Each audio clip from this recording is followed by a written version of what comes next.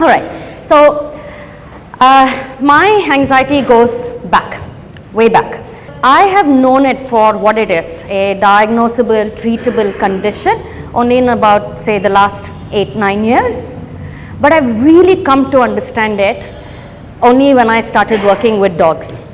So that happened because I got introduced to a certain someone, Mr. Adrenaline and Co. Adrenaline is a neurotransmitter, and when I say co, I'm talking about other chemicals and biological systems. What I came to realize, what I have come to learn working with dogs is that this cocktail of things is what seems to be behind, dictates large part of my life really on a everyday basis. This is the cocktail of stuff because of which I end up waking up way earlier than I want to on most mornings with my mouth dry and in a state of panic. It happened today, of course, but it happens on a lot of days. This is the cocktail because of which I have to budget for about an hour every time I have to leave the house dealing with nausea. This is the cocktail because of which I have this hopeless arc of waking up in the morning, not being able to eat breakfast because I'm too anxious, and coming close to the end of the day and a cortisol crash because of which I have carb cravings and refined sugar cravings. These feelings are not very unfamiliar. We all kind of experience them to varying degrees on different occasions. The clamminess, the butterflies in the stomach, that's thanks to our friend. I am a canine behavior consultant, fancy. So what that really means is people come to me when they feel that their dog has some problem behaviors and they ask me to help them with it. Common problem behaviors: jumping on people, nipping, mouthing, pulling on the leash, tearing things up, ripping things up, destroying things. Typically, most of these behaviors are classified as hyperactive behaviors, and of course, I do get other kinds of behaviors too, more severe, biting dogs, anxiety, depression, and all of that. But really, this is the common set of problems. Those are a little more extreme. When I looked at these behaviors and I thought about it, and I realized that I too seem to have similar set of behaviors, a similar class of behaviors. There is a similar class of behaviors, especially when I'm anxious, tapping my feet with the pen, fiddling, pacing. Do you see what's common? Restlessness, a certain busyness to it, like a nervous energy. Those are typically words I've been heard used. Yeah, there is that thing.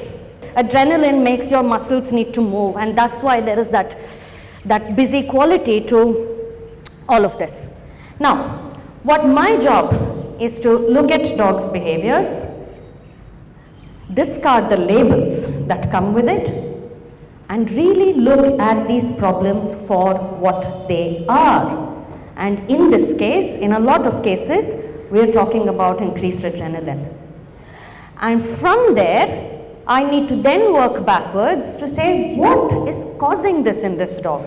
Why does this dog seem to have so frequent doses of adrenaline, so high? What's going on? Now, when I started doing this, I started realizing this is not very different from what my therapist does with me. This is actually where my world and the dog's world, the two sides of my world started coming together. So if I go to my therapist one day and I'm sitting there and I'm like, she's going to notice. She's going to notice and she's going to ask, okay, what's going on? But it's not really this that's the problem, is it? She's going to ask, why are you in this state? And if she sees me enough number of times, she's going to ask, why are you in this state all the time? Right? And the answer is complex. It's not so hard with dogs, but it's not that simple either. What could be common causes? Those things remain kind of similar. It could be the environment. You live in a very, very stressful environment, very excitable, over the top, something there. Could be history. We have long histories. A lot of dogs have very dark histories. Health. It could be poor health in general. If you are unwell all the time, you're going to be irritable, you're going to have increased adrenaline. If a dog is unwell, he's also going to be anxious, maybe somebody might hurt him. So health plays a role. So what is the difference? There are a whole bunch of other things, those little things that make us who we are, which we bunch under personality. Dogs have them too. So it's incredibly tempting when you look at a dog to say, really, do we really need all this? Can't we just look at that problem behavior and just train it out of the dog? Or just scold the dog? Don't do that again. Can't we just do that? What do you think would happen if we did that? It might come out somewhere else. Because you haven't dealt with what is at the heart of this thing. Rarely do you see problem behaviors come in one single thing. There's always a combination, and you get rid of something, they keep coming back because you haven't addressed that. When you have consistent, constant, increased adrenaline, you're going to have other sets of problems, and I'm going to talk about those too because they're a little interesting. So first, the health starts degenerating when you remain continuously agitated like that, continuously excited. Now for this, I'm going to recommend this book. I love this book. It's not about dogs actually, it's about people. So, anybody should be reading this book, and especially if you have anxiety, depression issues, please read it. It's a fabulous book where Sapolsky talks about, he postulates that most of our current diseases that we worry about are a direct impact of our lifestyles. We are not that freaked out that much about, crazy pathogens anymore. We're talking more about lifestyle diseases, diabetes, cholesterol, cancers. These are the things that bother us, heart attack and all of that. Not exactly going around thinking I'm going to get smallpox now. So it's a very different life we live in. So to understand what he says, you need to understand a little bit about the boring adrenaline. Okay, so I'm going to bring that guy back. Now adrenaline and co are basically a part of a being's flight or fight response. Think about a zebra running across the savannah, running away from his predator, cut open. No time to stop, is there? He needs to keep going. That is the power of adrenaline. Now something that powerful, you see why it was designed that way? If you're that cheetah or if you're that zebra, you better be that immune to pain. You better be faster. Now something that incredibly powerful is not coming for free. It's taking a toll on your body. We are, coming back to now our lifestyles, we're not being hunted, sure enough, so we don't have those adrenaline spikes, but we're stressed all the time. We're busy. We have exciting lives. Something is going on all the time. Those tiny bumps, they're there. Problem with adrenaline is that tiny bumps don't go like this. Nope, they go like this. Because they take time to come down, and if you're not going to give that, you're collecting it in the body. And that is really leading to lifestyle diseases. Today in Bangalore, right, or for that matter any big city, somebody who deals with traffic on a day-to-day basis, high stress job, comes and says, I have depression or anxiety, you don't flinch. Oh yeah, okay, so sad. It's not a surprise at all. This is something that hardly existed a few generations ago.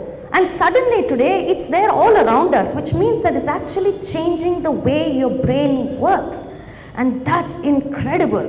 It's making you more and more anxious. It's making you more and more, and they lead to further, diseases.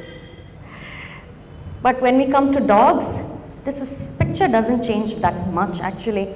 For those of you who own dogs, you'll be immensely familiar with the fact that dogs too are beginning to see a lot of lifestyle diseases, cancers, hypothyroidism because of overactive adrenaline glands, repeated allergies that people are not able to get to the bottom of, or repeated infections, heart diseases, actual anxiety and depression. I actually had one dog that was full on depression. I haven't seen a more depressed dog. He would spend the entire 2 hours, I'd be like, come here, let's play with you, this, that. The entire 2 hours he would spend facing the door, not reacting to anything. My heart went out to him. When we see a dog that is high on adrenaline, we seem to only see a happy dog. We don't see a hyper dog. We don't see the need to fix the problem because we don't see this as a problem. This is just a happy dog. So I want to say something, and because I like science, I'm going to say it this way.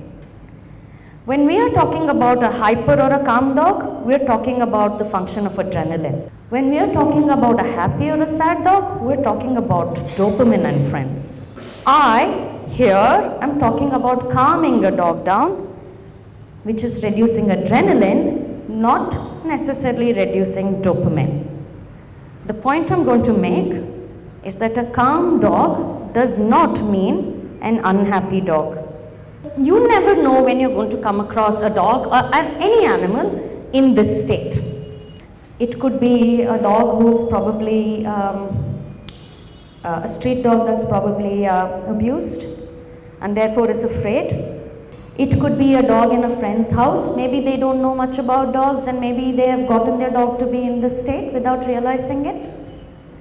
It could be maybe you're trying to rescue an injured animal, a wild animal, a bird, who's terrified right now of the pain that you're going to cause. They're all going to be in this state, aren't they? Now, when you deal with animals in this state, there is another part here that you do need to keep in mind. Increased adrenaline means a state of hyper-excitability. What does that mean? Me freaking out or me punching is basically a classic flight or fight response, right? And most animals, anybody who's worked with animals will tell you this, most animals will choose what? Nope, flight. Absolutely flight.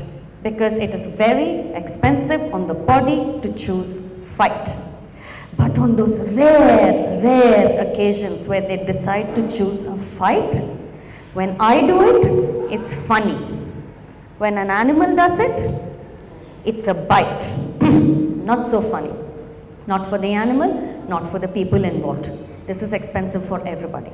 Which is why I feel like we all need to understand what to do when we come across hyper-excitable animals, because you don't know where you're going to come across them, and one way or the other, you don't want to be on the receiving end of the bite for your own self.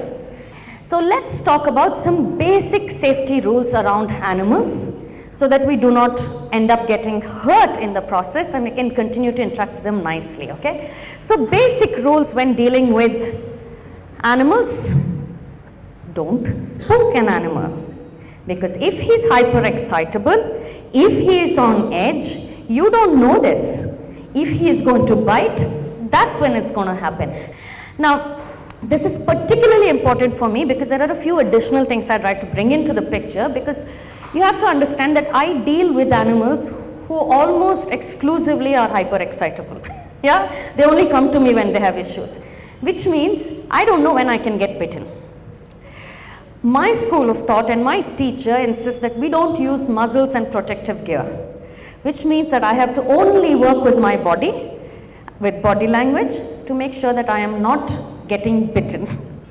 This is a project that's being conducted in Norway. It's called Dog Pulse Project, and for those of you who work with dogs, it's a fantastic project. Check it out. They strapped a heart rate monitor on a dog to see what happens when you go about your daily activities around a dog. What they found was interesting. Of course, you scream at a dog, you scold a dog, heart rate shoots up. Animal spooks. This we know. What they also found, two findings, they have a lot, but two particularly important for me. You stand straight in front of a dog or you bend over a dog, their heart rate shoots up too. Isn't that interesting? You never think that, right? You never think if just going and standing in front of a dog might result in a bite. And you're thinking, what did I do? I was just trying to pet the dog.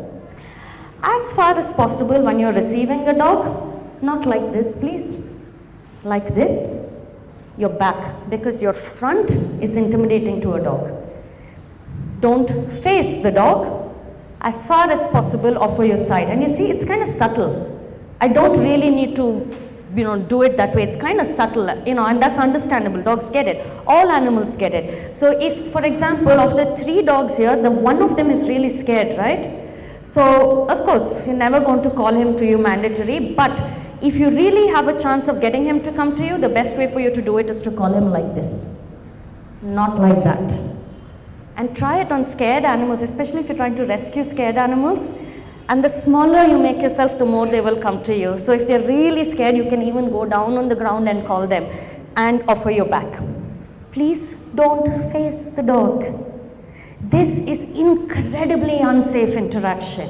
If you're dealing with children, if you're teaching this to anybody, if they're ever going to get bitten, this is it. When you're petting a dog, not on the head, pet on the same side, on the shoulders or the neck. Don't go over, don't go around. Stay on the same side and pet on the same side. This, absolutely no, no, no, no, no. And please, when you have children around, do not allow them to do this, because you know they're going to get bitten on their face.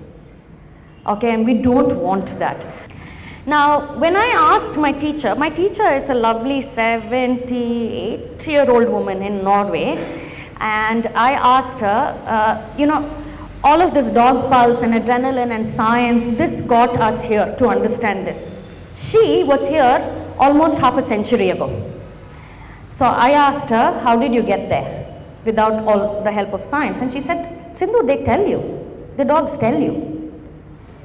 Many social animals communicate with signals. Yes? Heard of whales and dolphins? Ultrasonic, is it? Elephants, have you heard? Vibrations, long distance communication.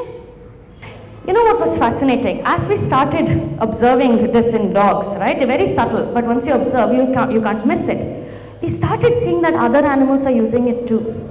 Dogs are furiously using the signal to try to talk to us.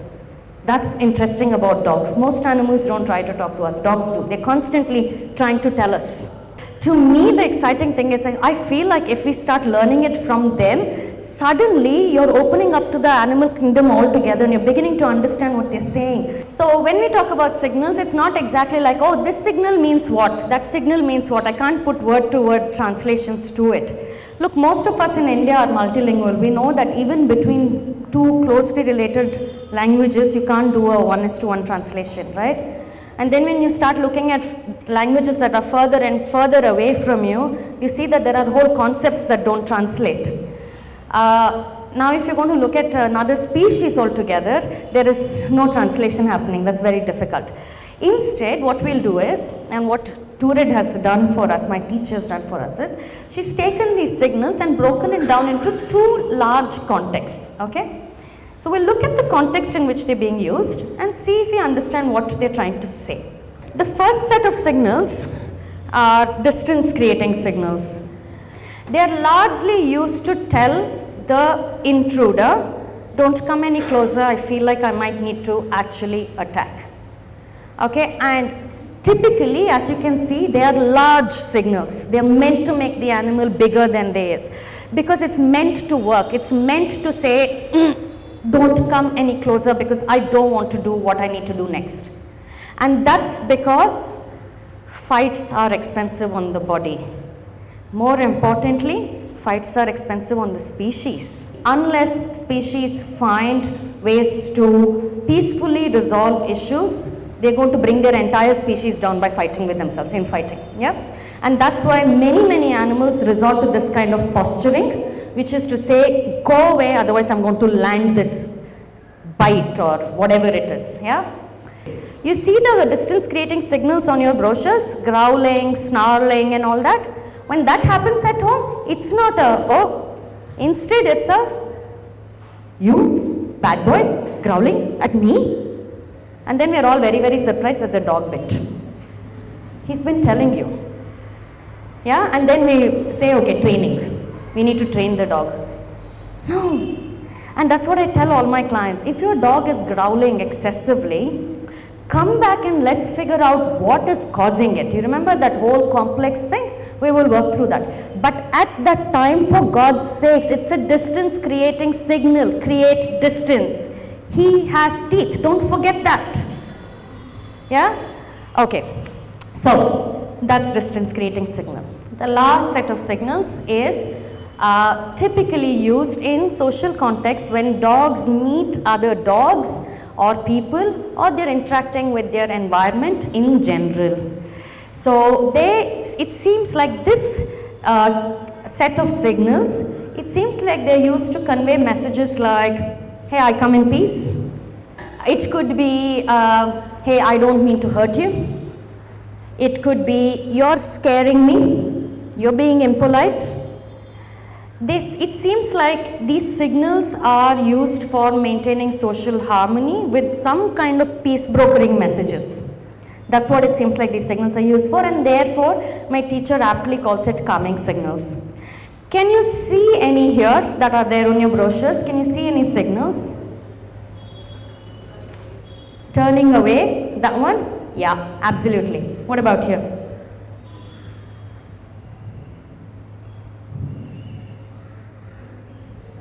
I'm a puppy, don't hurt me. You're being very impolite, I don't like that. Do you see it? Yeah, they're kind of subtle, aren't they? They're very subtle. Okay, so that actually sort of brings me to the end of the presentation section. Questions? No, not really, for multiple reasons. One is that I don't interact with other animals on a regular basis. I think other animals are not actually kept as pets, so people don't bring them to the vet. So I'm suspecting if they have them, then it's going to go unnoticed.